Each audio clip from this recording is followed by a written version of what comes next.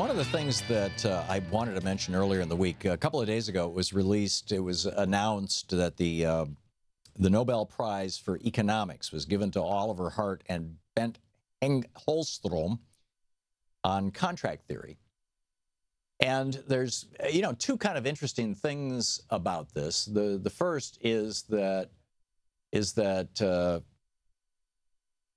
there is really not a Nobel Prize in economics. Alfred Nobel never envisioned that. The foundation that he created to award the Nobel Peace Prize does not give out a prize in economics. It was created by a bank in Sweden back in the day so that they could give a Nobel Prize, in quotes. It's really the Nobel, it is the prize in economics in memory of Alfred Nobel, right? He's dead, so you can't unauthorize it. Long dead. He's the guy who invented dynamite, TNT. And so, it was originally created to be able to give a nice sounding prize and some credibility to what is today known as libertarian economics and supply side economics and right-wing economics and Republican economics and all that kind of stuff. And, typically it's been used, pretty much politicized.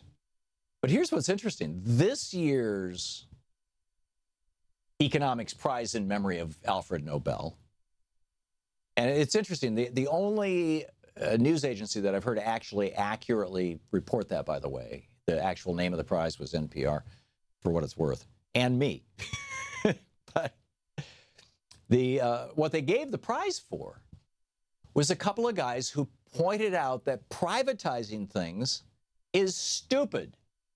That privatizing things, when they are appropriately part of the commons, they are appropriate functions of government, actually works to the detriment of both the government and the people. Doing what Bill Haslam wants to do in Tennessee. Doing what a Republican governor in Michigan did back a decade and a half ago or so.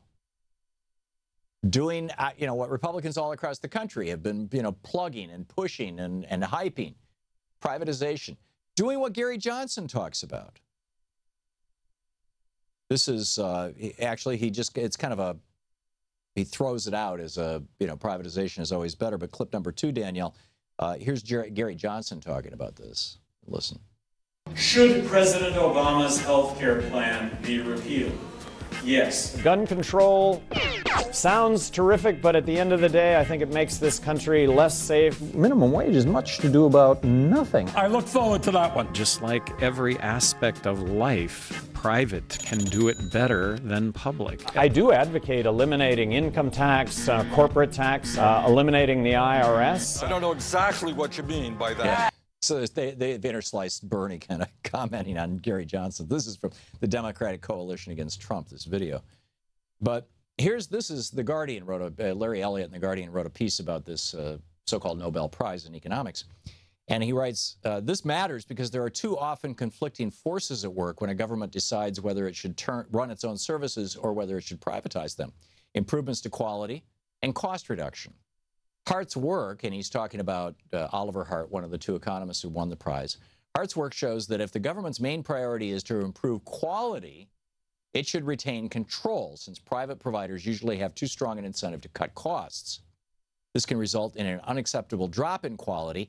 One example cited by Hart was the U.S. prison system, where a paper written almost 2 decades ago expressed concern about these in private hands. The U.S. government now accepts that conditions in privately run prisons are significantly worse than those in publicly owned and has decided to end their use. So our own federal government is figuring out, 40 years after Reagan first proposed essentially privatizing everything, and Gary Johnson is continuing that mantra, as are Paul Ryan and the institutional Republicans.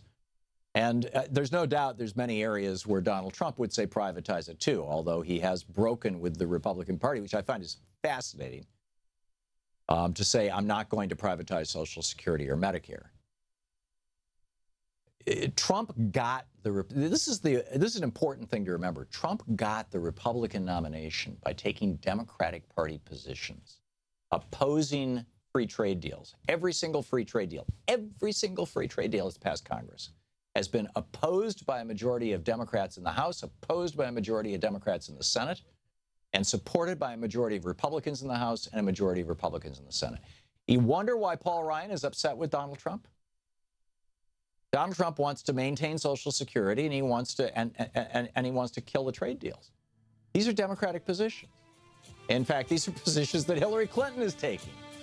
Donald Trump and Hillary Clinton on the same side of the issue, and it's making the Republicans crazy. And now you've got a couple of guys winning the Nobel Prize pointing out that Paul Ryan and the institutional Republicans are completely wrong on this. That doesn't make Trump right. Trump just knows what the people want. He's pushing that button.